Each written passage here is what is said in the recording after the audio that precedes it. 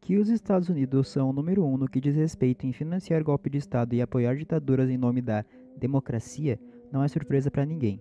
Ou, pelo menos, a essa altura do campeonato não deveria ser.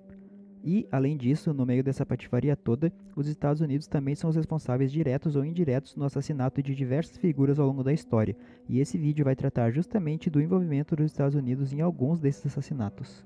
Em 17 de janeiro de 1961, Patrice Lumumba, o primeiro-ministro eleito do antigo Congo belga, foi brutalmente assassinado. Após o escândalo de Watergate do regime Nixon, um comitê do Senado dos Estados Unidos descobriu planos da CIA para assassinar Lumumba como parte de uma estratégia mais ampla para apoiar Joseph Mobutu, que governaria o Congo por 3 décadas e não seria assassinado. A CIA, fundada no final dos anos 1940, rapidamente ganhou uma reputação por suas operações secretas destinadas a neutralizar líderes e derrubar governos que os Estados Unidos percebiam como ameaças a seus interesses. Durante a Guerra Fria, a agência se envolveu em várias atividades subversivas para impedir a propagação do comunismo, muitas vezes resultando na derrubada ou eliminação de líderes estrangeiros. Isso incluiu alvejar Lumumba, visto como perigosamente próximo da influência soviética, com um impulso crescente para a nacionalização, coletivização e uma reforma geral, visando principalmente a enorme riqueza mineral do país, que beneficiaria muito o povo congolês em detrimento dos exploradores do Congo. Os Estados Unidos alinharam-se rapidamente com a antiga colonizadora do Congo, a Bélgica, para se opor a Lumumba e ao que ele representava. Em 5 de setembro de 1990, o presidente Joseph Kasavubu demitiu Lumumba em um movimento apoiado pela CIA, que forneceu fundos para reforçar os esforços anti-Lumumba. Apesar das tentativas de Lumumba de garantir proteção da ONU, a CIA iniciou tentativas diretas de assassinato assim que ele foi demitido, com os conspiradores cooperando muito de perto com a CIA e seus amigos conselheiros belgas para vender seu país aos Estados Unidos. A captura e prisão de Lumumba foi um esforço coordenado entre a CIA, Mobutu, apoiado pelos Estados Unidos, e os separatistas apoiados pela Bélgica. Ele foi levado para a prisão de Tiesville, onde foi brutalmente tratado, como já era de se esperar dos membros da CIA. Conselheiros belgas e autoridades congolesas transferiram Lumumba da prisão de Tiesville para a prisão de Katanga, porque temiam que sua influência pudesse desencadear a agitação. Quando o chefe da estação da CIA no Congo, Larry Devlin, soube da transferência, disse sobre Lumumba que seu destino estava selado. Além de conter sua influência, a única maneira de impedi-lo de retornar ao poder era matá-lo. Em 1975, a Comissão Church do Senado dos Estados Unidos abriu uma investigação que concluiu publicamente que, embora a CIA tenha tomado medidas para assassinar Lumumba, foram seus rivais congoleses que o executaram. No entanto, as evidências reais da investigação mostraram o profundo envolvimento da CIA no assassinato de Lumumba, contradizendo a declaração pública original de envolvimento passivo. Declarações de figuras-chave envolvidas e documentos desclassificados destacam a responsabilidade direta do governo dos Estados Unidos no assassinato de Lumumba. O assassinato de Lumumba é um excelente exemplo da necessidade dos Estados Unidos de intervir na política de outras nações ao ponto do assassinato, tudo pelos interesses de sua política externa, que é guiada pelo capital. Em 2 de novembro de 1963, Diem, o presidente do Vietnã do Sul, foi assassinado em um golpe apoiado e basicamente dirigido pelo governo dos Estados Unidos através da CIA. Os papéis do Pentágono revelaram que o presidente Kennedy sabia e aprovou os planos para o golpe militar que derrubou Diem. Diem era visto como um aliado importante contra a propagação do comunismo no Vietnã. A política dos Estados Unidos de apoiar a luta do Vietnã do Sul contra a insurgência Vietcong, apoiada por Hanoi, dependia de Diem, considerado o único líder capaz de unificar seu povo. Apesar dessa importância vital para a política americana no Vietnã, a régua cada vez mais autocrática de Diem, diretamente subsidiada pelos Estados Unidos, e sua falha em abordar queixas generalizadas são as razões dadas para sua queda. Sua repressão brutal aos protestos budistas em 8 de maio de 1963 foi um catalisador para sua remoção. A repressão brutal dessa manifestação provocou uma oposição generalizada dentro do país e no exterior, revelando frustrações políticas profundamente enraizadas que existiam nos bastidores. Os Estados Unidos fizeram tentativas repetidas de persuadir Diem a abordar as queixas budistas e restaurar o apoio público, mas ele permaneceu persistente. Em agosto de 1963, os Estados Unidos começaram a apoiar secretamente um grupo de generais sul-vietnamitas que planejavam derrubar Diem. Os papéis do Pentágono detalham como os Estados Unidos mantiveram contato com os conspiradores, forneceram inteligência e deram aprovação tácita. O embaixador Henry Cabot Lodge desempenhou um papel pivotal, fornecendo informações importantes sobre as forças pró-Diem e aprovando a participação da CIA no planejamento tático do golpe. Lodge até buscou a aprovação de Washington para financiar subornos para oficiais leais a eles para garantir sua cooperação com o golpe. A decisão de não frustrar o golpe baseou-se na crença de que um novo governo poderia gerenciar o esforço de guerra melhor do que a administração de Diem. À medida que o golpe se desenrolava, os Estados Unidos facilitaram ativamente sua execução, enfatizando a importância do envolvimento americano contínuo, como reconhecido pelos documentos do Pentágono. E apesar dos esforços dos Estados Unidos para se distanciar da violência, documentos deixaram claro que o envolvimento americano foi crucial para a derrubada de Diem. Quem o substituiu foi ainda pior para o povo vietnamita, o que não é surpreendente, porque os Estados Unidos não tinham os interesses dos vietnamitas em mente ao realizar o golpe. Felizmente, o Vietnã venceu no final. Em 11 de setembro de 1973, um violento ditador apoiado pelos Estados Unidos assumiu o Chile, trazendo para o país décadas de terror. Além de ser o evento mais significativo na história chilena moderna, a derrubada do presidente Salvador Allende não foi um levante espontâneo, mas sim uma operação cuidadosamente planejada pela CIA sob o regime Nixon. A vitória eleitoral legítima e democrática de Allende em 1970 fez dele o primeiro presidente marxista eleito na América Latina, o que era um desafio direto aos interesses dos Estados Unidos na região, de acordo com os próprios Estados Unidos. As políticas de Allende sobre nacionalização e redistribuição de riqueza ameaçavam os lucros das empresas americanas no Chile, particularmente na mineração de cobre. Essa mudança econômica foi percebida pelos Estados Unidos como um movimento a favor do temido comunismo soviético, o que fez os Estados Unidos intervirem no país. Em resposta, Nixon e seu conselheiro de segurança nacional, Henry Kissinger, planejaram a Operação Fubelt, destinada a desestabilizar o Chile e o governo de Allende. Kissinger disse: "Não vejo por que temos que ficar parados e assistir um país ir para o comunismo devido à irresponsabilidade de seu povo. Essas questões são muito importantes para serem deixadas para os eleitores chilenos decidirem por si mesmos. Democracia apenas quando lhes convém, ou seja, quando convém aos interesses da classe dominante." Essa operação envolveu estratégias econômicas e políticas para criar o pretexto para um golpe militar. A diretriz de Nixon era clara: fazer a economia gritar e gerar agitação social que justificasse a intervenção militar, o típico manual americano com sanções. Obviamente, o envolvimento da CIA foi central para este plano. Sua estratégia, dividida em Track 1 e Track 2, focou inicialmente em tentar impedir a posse de Allende por meios políticos, incluindo subornar congressistas chilenos. Quando essa abordagem falhou miseravelmente, o foco mudou para Track 2, que envolvia apoiar dissidentes militares e se envolver em sabotagens econômicas. A CIA financiou propaganda anti-Allende, apoiou greves e orquestrou protestos para simular descontentamento doméstico. Um elemento crítico desta operação foi a eliminação do general René Schneider, comandante em chefe do exército chileno. Em suma, sua adesão à legalidade constitucional representava uma barreira significativa ao golpe. Os planos da CIA para sequestrá-lo resultaram em seu assassinato, um evento que abriu caminho para o golpe ao remover um obstáculo importante para a intervenção militar.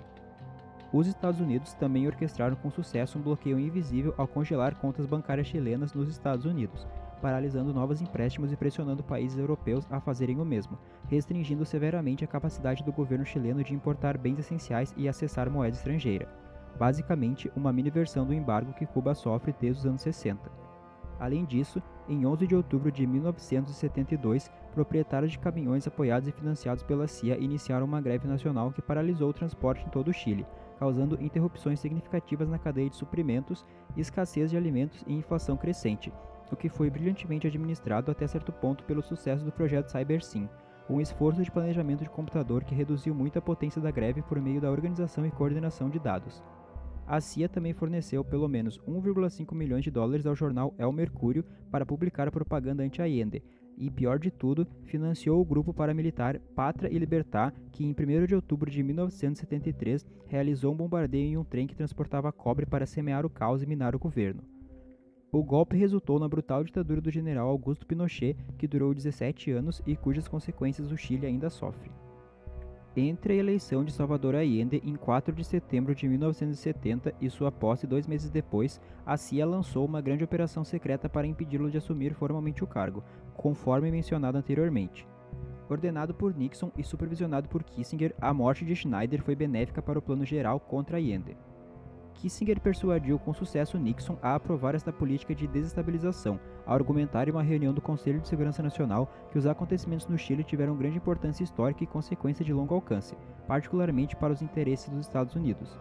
Apesar das conspirações e da confusão geral da CIA, Salvador Allende assumiu o cargo. No entanto, devido à posição do general Schneider em relação a um golpe militar, oficiais da direita e agentes da CIA planejaram assassiná-lo. O plano era sequestrá-lo de sua casa, levá-lo de avião para a Argentina e em seguida anunciar que ele havia desaparecido. Os militares culpariam os esquerdistas pelo sequestro e iniciariam uma busca por Schneider em todo o Chile, usando a busca como pretexto para invadir bairros comunistas ou de classe trabalhadora. O comando militar seria reorganizado para colocar os golpistas em posições de poder e uma nova caça militar seria instalada, chefiada pelo almirante Hugo Tirado. A caça dissolveria o Congresso e, eventualmente, finalizaria o golpe. No entanto, o que aconteceu foi que o veículo pessoal de Schneider foi deliberadamente atingido e bloqueado por um jipe enquanto dirigia para seu quartel-general militar em Santiago. 5 indivíduos cercaram seu carro, um deles usando uma marreta para quebrar o vidro traseiro, e Schneider foi baleado 3 vezes a queima-roupa. Apesar de uma cirurgia cardíaca de emergência, ele morreu na manhã de 25 de outubro. Após sua morte, a CIA deu $35 mil aos membros da equipe de assassinos para comprar seu silêncio sobre contatos com funcionários do governo dos Estados Unidos, ou seja, basicamente dinheiro para silenciá-los. Um inquérito interno da CIA em 2000 confirmou que eles forneceram armas como aconselhamento a grupos que planejavam o assassinato de Schneider. Os documentos confidenciais mostram que a CIA entendeu que sua operação tinha total apoio da Casa Branca, mesmo tendo elaborado uma autópsia egoísta sobre o assassinato de Schneider para se distanciar da culpabilidade. Esses documentos mostram que, embora o assassinato possa ter sido não planejado, certamente não foi imprevisto, já que em 2 ocasiões conspiradores da CIA levantaram a possibilidade da morte de Schneider. A reação inicial da CIA aos tiroteios refletiu-se no tráfego de telegramas a sangue frio entre a sede da estação, que indicava incerteza sobre quem era o responsável, mas oferecia a esperança de que as condições estavam agora maduras para um golpe. Rafael Trujillo tomou o poder na República Dominicana em um golpe de 1930, desfrutando do apoio dos Estados Unidos por quase 30 anos. Durante seu governo, ele usou tortura e assassinato em massa para suprimir a oposição, e os Estados Unidos, é claro, não se opuseram ou interviram para proteger os direitos humanos. Em troca, Trujillo tornou-se um forte apoiador das políticas americanas nas Nações Unidas. No entanto, quando o exército revolucionário de Castro estava prestes a assumir Cuba, os Estados Unidos ficaram preocupados que seu comportamento violento pudesse provocar uma revolução similar na República Dominicana. Então, a solução óbvia foi a CIA começar a planejar seu assassinato. Em meados de abril de 1960, o presidente Eisenhower aprovou um memorando no Departamento do Estado explicando o que fazer no caso de Trujillo fugir, ser assassinado ou derrubado. Os Estados Unidos se prepararam para enviar navios de guerra ou tropas terrestres da República Dominicana para impedir que um governo como o de Fidel Castro assumisse o poder. O plano incluía esforços para persuadir Trujillo a renunciar e estabelecer contatos com dissidentes civis e militares que exerceriam uma liderança moderada pró-Estados Unidos. Apesar de múltiplas tentativas, ele recusou todas as ofertas de um exílio confortável, afirmando que não sairia a menos que fosse carregado em uma maca. Como ele estava tão determinado a ficar, o governo Eisenhower começou a considerar opções mais violentas. Em 30 de maio de 1961, 7 dominicanos o emboscaram e o assassinaram em uma estrada deserta próxima à capital São Domingos. Os assassinos, incluindo oficiais militares descontentes, atingiram seu corpo com 27 tiros. Apesar dos esforços para encobri-lo, esse assassinato é, na verdade, uma das conspirações da CIA mais bem documentadas. Após seu assassinato, os Estados Unidos tentaram manter o governo fantoche sem ele. Contudo, a democracia interveio na eleição de 1962, quando trouxe Juan Bosch, um socialista, ao poder. A administração Bosch enfrentou desafios significativos, com a CIA atuando contra ela. Seu conselheiro mais próximo, Sacha Volman, era um conhecido assessor da CIA que minou a principal organização camponesa, enquanto a AFL-CIO, Federação Americana do Trabalho e Congresso de Organizações Industriais, criava e moldava o principal sindicato.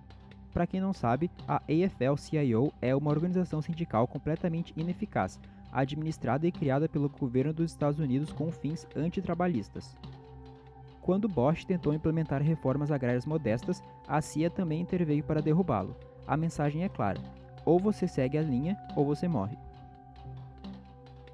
O assassinato de Ernesto Che Guevara, em 9 de outubro de 1967, foi um esforço coordenado entre forças bolivianas e a CIA.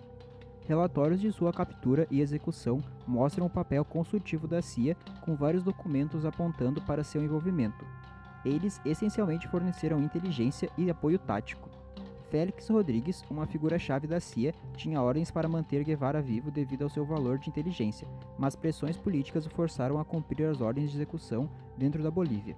Rodrigues instruiu o sargento boliviano Mário Terán a atirar em Che Guevara abaixo da cabeça para parecer que ele havia morrido em batalha. O relato de Rodrigues afirma que ele recebeu a mensagem codificada ordenando a morte de Che Guevara e instruiu Terán a não atirar no rosto de Che Guevara para evitar evidências de uma execução. Às 1h10 da tarde, Rodrigues anotou a hora ao ouvir os tiros fatais. O atestado de óbito indicou que o corpo de Che Guevara chegou ao hospital de Malta, em Vale Grande, na Bolívia, durante a noite, com múltiplos ferimentos de bala e subsequente sangramento no tórax e nas extremidades como causa da morte. O relatório da autópsia detalhou as características físicas de Che Guevara, destacando seu cabelo castanho, barba e bigode crespos e diversos ferimentos de bala. As provas documentais revelam que os Estados Unidos fizeram tudo o que estava ao seu alcance para eliminar Che Guevara. A CIA e as forças especiais americanas treinaram um batalhão de guardas florestais bolivianos que o capturou, custearam a operação e comandaram os grupos de caçadores assassinos. O general Vando pode ter ordenado o assassinato de Che Guevara, mas os Estados Unidos puxaram o gatilho. O presidente guatemalteco Jacobo Arbenz foi deposto em 1954. Em 1951, ele havia iniciado reformas para redistribuir terras de proprietários ricos, incluindo a empresa americana United Fruit Company, para trabalhadores nativos pobres.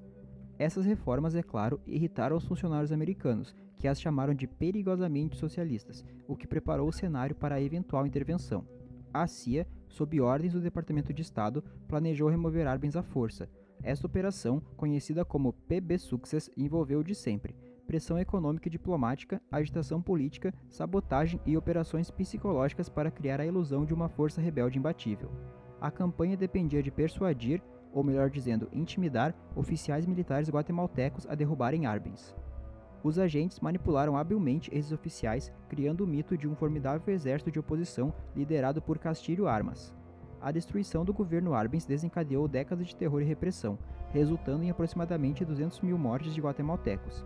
Incrivelmente, mesmo após o golpe, a CIA continuou a minar Arbenz por meio de uma campanha de desinformação, confiscando e adulterando seus documentos pessoais para gerar publicidade negativa. Arbenz não foi morto pela CIA, mas teria sido se tivesse ficado. Felizmente, ele conseguiu o exílio antes disso. Em 1951, Mohamed Mossadegh nacionalizou a Anglo-Iranian Oil Company, levando a um conflito com a Grã-Bretanha. O Reino Unido buscou ajuda americana para derrubá-lo, e a CIA, liderada por Kermit Roosevelt, orquestrou um golpe usando ativos locais e manifestantes pagos, eventualmente removendo-o. As companhias petrolíferas américa-britânicas controlaram a produção e os preços do petróleo iraniano, minando a nacionalização e apoiando a subsequente ditadura de Shah. Orlando Letelier, ex-embaixador e ministro das Relações Exteriores do Chile, foi assassinado em 21 de setembro de 1976. Letelier, um crítico vocal da ditadura de Pinochet, fugiu para os Estados Unidos depois de ser torturado e preso no Chile.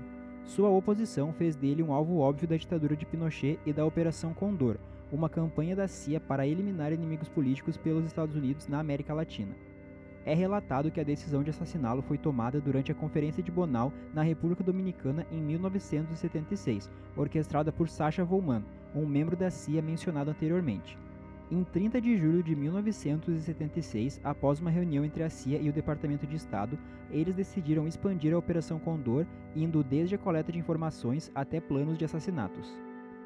Este assassinato, realizado com um carro-bomba em Washington, matou Letelier e sua assistente americana, Ronnie Moffitt. A investigação revelou que a ordem veio diretamente de Pinochet ou do general Manuel Contreras, que foi preso posteriormente por seu envolvimento. Mariana Calés, uma agente civil, tornou-se uma testemunha-chave, revelando que pessoas intimamente ligadas à trama lhe confessaram o objetivo mortal da missão. O assassinato de Letelier não foi apenas um subproduto da política da Guerra Fria, mas uma manobra calculada para silenciar um crítico ferrenho de uma ditadura fascista que os Estados Unidos apoiavam diretamente. Apesar dos esforços para levar os perpetradores à justiça pelos Estados Unidos, os verdadeiros culpados permaneceram impunes. Thomas Sankara, presidente de Burkina Faso, foi baleado e morto em 15 de outubro de 1987.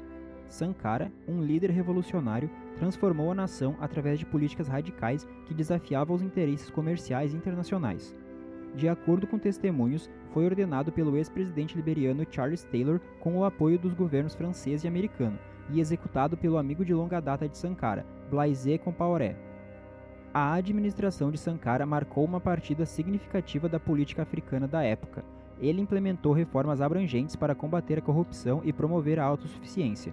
O estilo de vida luxuoso dos políticos, financiado pelos contribuintes, foi erradicado, e cortes salariais foram impostos em todos os níveis, inclusive para o próprio. Sob sua liderança, Burkina Faso viu progressos notáveis em saúde, educação e sustentabilidade ambiental.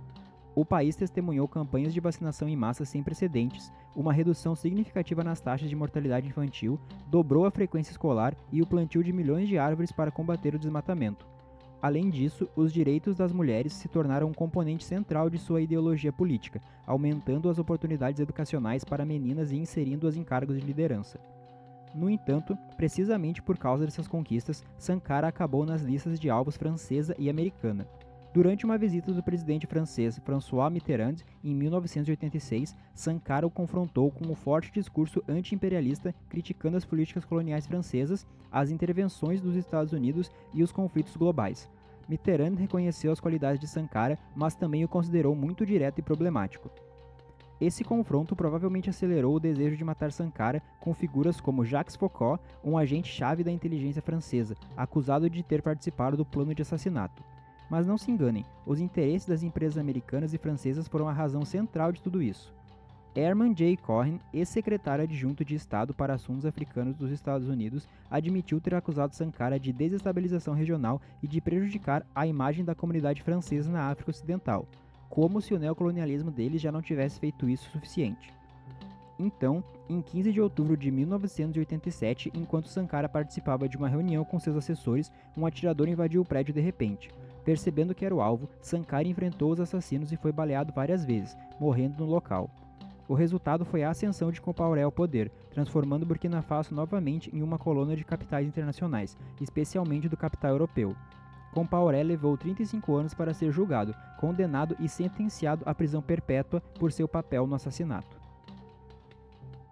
Esta lista de assassinatos da CIA é pequena. Há ainda mais derrubadas de governos democraticamente eleitos e ainda mais intromissão geral, cobrindo praticamente todas as nações no último século. Os extremos a que o governo americano é capaz de fazer para proteger os interesses da classe dominante chegam a ser inacreditáveis para quem só conhece o país por conta da Disney ou dos filmes de Hollywood. É preciso saber que, se eles forem autorizados a continuar, os Estados Unidos destruirão todas as nações em prol do capital.